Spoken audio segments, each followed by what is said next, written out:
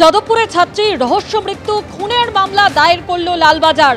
আজ সকালে যাদবপুরে মৃত ছাত্রী অনামিকা মণ্ডলের মা এবং বাবা এবং পরিবারের অন্যান্য সদস্যরা তারা লালবাজারে যান এবং বেশ কিছুক্ষণ পুলিশ আধিকারিকদের সঙ্গে কথাও বলেন এবং তারপরেই লালবাজার খুনের মামলা দায়ের করলো এবং এরপরে যাদবপুর থানায়ও তারা যান লিখিত অভিযোগ দায়ের করার জন্য। গতকালই আপনারা জানেন যে এবিপি আনন্দে যেমনটা জানিয়েছিলেন মৃত ছাত্রী অনামিকা মণ্ডলের বাবা যে তার মেয়ে খুন হয়ে থাকতে পারে, এই ঘটনা দুর্ঘটনা নয়, এবং তারপরে আজ সকালে কিন্তু তারা লালবাজারে যান এবং বেশ কিছুক্ষণ পুলিশ আধিকারিকদের সঙ্গে কথাও হয় এবং ইতিমধ্যে খুনের মামলা রুজু করা হয়েছে বলে জানা যাচ্ছে। যাদবপুর থানায় গিয়ে তাদের মৃত ছাত্রী অনামিকা মণ্ডলের পরিবারের তরফে লিখিত অভিযোগ জানানো হয়েছে। লালবাজারের আধিকারিকরা আজকে মৃত ছাত্রীর মা বাবার সঙ্গে কথা বলেন এবং তারা ইতিমধ্যে খুনের মামলা রুজু করেছেন বলে জানা যাচ্ছে। মৃত ছাত্রীর বাবা তিনি গতকালই যে কথা বলেছিলেন যে তার মেয়েকে কেউ ধাক্কা দিয়ে ফেলে দিয়েছে কিনা সে ব্যাপারেও কিন্তু তারা নিশ্চিত নয়, তার মেয়েকে খুন করা হয়ে থাকতে পারে এমনটাই তারা মনে করছেন। আর কি বলেছিলেন গতকাল এই ছাত্রীর বাবা শোনাবো। দুর্ঘটনা না নয়, এটা হচ্ছে মানে প্লেন মার্ডার। যে অন্ধকারকে ভয় পায়, যে একটা পোকা কিংবা ছোট একটা কিছুকে ভয় পায়, ঘরের মধ্যে দৌড়োদৌড়ি করে, সে একা ওখানে অন্ধকারের মধ্যে যাবে না ওই রকম জায়গায়। মোবাইল ফোনে মধ্যে ওর সঙ্গে কার কথা হচ্ছে সারাদিন আমাদের বাড়ির থেকে বেরোনোর পরে, তো সেগুলো ওরা দেখে লিস্ট বার করে বুঝতে পারবে সেখানে কি কথা বলছে সেগুলো। যাদবপুরে ছাত্রীর রহস্য মৃত্যু, খুনের মামলা দায়ের করল লালবাজার। আজ সকালেই লালবাজারে পুলিশ আধিকারিকদের সঙ্গে কথা বলেন মৃত ছাত্রী অনামিকা মণ্ডলের বাবা এবং পরিবারের অন্যান্য সদস্যরা এবং এরপরই লালবাজার থেকে তারা যাদবপুর থানায় এসে লিখিত অভিযোগ দায়ের করেন।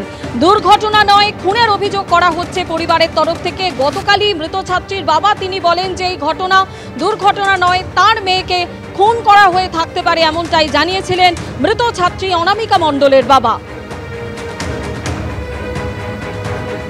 এবং ইতিমধ্যে খুনের মামলা রুজু করা হয়েছে, দায়ের করল লালবাজার।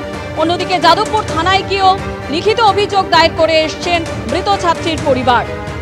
দুই প্রতিনিধি আমাদের সরাসরি রয়েছেন এই মুহূর্তে, আবির দত্ত এবং কৃষ্ণেন্দু অধিকারী। আবির, ইতিমধ্যেই লালবাজার খুনের মামলা দায়ের করলো। আর সকালেই আমরা জানি যে লালবাজারে পুলিশ আধিকারিকদের সঙ্গে কথা হয় মৃত ছাত্রীর পরিবারের সদস্যদের সঙ্গে। দেখো একেবারেই, এবং মৃত ছাত্রীর পরিবারের সদস্যরা লালবাজারে যান কলকাতা পুলিশ কমিশনারের কাছেই বা তার যে অফিস রয়েছে সেখানেই তারা কিন্তু লিখিত অভিযোগটা জমা করেন এবং সেই জমা করার পর লালবাজারের আধিকারিকদের সঙ্গে তাদের কথা হয় এবং এরপর যেটা জানা যাচ্ছে যেহেতু তারা মনে করছেন এটি একটি খুনের ঘটনা, সেই মর্মেই কিন্তু অভিযোগ দায়ের করা হয়েছে, অর্থাৎ খুনের মামলা রুজু করা হলো। খুনের মামলা ইতিমধ্যে তদন্ত শুরু করলো পুলিশ। তোমাকে জানাই যে কিছুক্ষণ আগে আমরা যেখানে দাঁড়িয়ে রয়েছি যাদবপুর থানার সামনে, শান্তনু দত্ত আমার ক্যামেরা পার্সন দেখাচ্ছে, সেখানে 1 ঘন্টা আগে ছাত্রীর বাবা এবং মা তারা এসে পৌঁছেছেন। তারা পুলিশ আধিকারিকদের সঙ্গে কথা বলছেন। সেখানে যেমন যাদবপুর থানার পুলিশরা রয়েছে তার সঙ্গে সঙ্গে হোমিসাইড শাখার একজন অফিসারও রয়েছেন। গতকাল আমরা দেখেছি যে যিনি পিএম করেছিলেন অর্থাৎ অটোপসি সার্জন, তাকে নিয়ে পুলিশ যায় ঘটনাস্থলে। এরপরে সেখানে যায় ফরেন্সিক বিশেষজ্ঞরাও। সেখান থেকে এর আগেও পুলিশের তরফ থেকে সিসিটিভি ক্যামেরার যে ফুটেজগুলো সেগুলো সংগ্রহের প্রক্রিয়া চালানো হয়েছিল, সেগুলোও ইতিমধ্যে জোগাড় করা হয়েছে। আজকে 3 জন বন্ধু যারা পরিচিত ওই ছাত্রীর, তাদেরকেও ডাকা হয়েছে জিজ্ঞাসাবাদের জন্য। সব রকম সম্ভাবনার কথা, সব রকম সম্ভাবনা খোলা রেখেই তদন্ত চালানো হচ্ছিল বলে অস্বাভাবিক মৃত্যুর মামলা যখন ছিল তখনও পর্যন্ত পুলিশ চালাচ্ছিল। কিন্তু এখন যেটা দেখা গেল যে গতকাল যেটা মৃতার বাবা জানিয়েছিলেন যে তিনি স্পষ্টত মনে করছেন কেউ ধাক্কা মেরে ফেলে দিতে পারে এবং খুনের ঘটনা এটা, এবং সেই জন্য সেই মর্মেই তিনি কিন্তু লিখিত অভিযোগ জানিয়েছেন লালবাজারে এবং সেই অভিযোগের ভিত্তিতে কেস রেজিস্টার্ড হয়েছে। এখন যাদবপুর থানাতে তার সঙ্গে কথা বলছেন। তদন্ত কোন দিকে যায় সেদিকে অবশ্যই আমাদের নজর থাকবে। আবির, তুমি আমাদের সঙ্গে থাকো। অন্যদিকে আরেক প্রতিনিধি কৃষ্ণেন্দু অধিকারী সরাসরি আমাদের সঙ্গে রয়েছেন। কৃষ্ণেন্দু, যাদবপুর বিশ্ববিদ্যালয়ের মতো এরকম একটা জায়গায় ছাত্রী মৃত্যুর ঘটনা ঘটলো এবং এই ঘটনার পর 4 দিন কেটে গেল এবং যে ঘটনায় বারবারই দেখা যাচ্ছে যে কর্তৃপক্ষের দিকে অভিযোগের আঙুল উঠছে, এতদিন পরে ডিন এবং বিভাগীয় প্রধানরা তারা বৈঠকে বসলেন।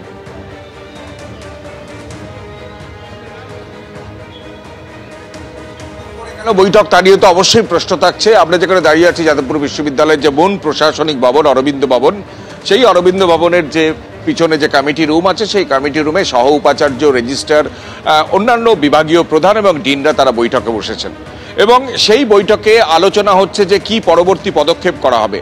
যদিও এই পরবর্তী পদক্ষেপ নতুন নয়, যাদবপুর বিশ্ববিদ্যালয়ে ঘটনাও এরকম নতুন নয়, অতীতেও এরকম মৃত্যুর ঘটনা ঘটেছে। একটা কৃতি ছাত্রীদের মৃত্যুর ঘটনা বারবার ঘটেছে এবং তারপর যাদবপুর বিশ্ববিদ্যালয়ে এরকম বৈঠক বসে, একাধিক পদক্ষেপ করে এবং সেই পদক্ষেপ কতটা ইমপ্লিমেন্ট করা হয় তা নিয়ে বারবার প্রশ্ন ওঠে।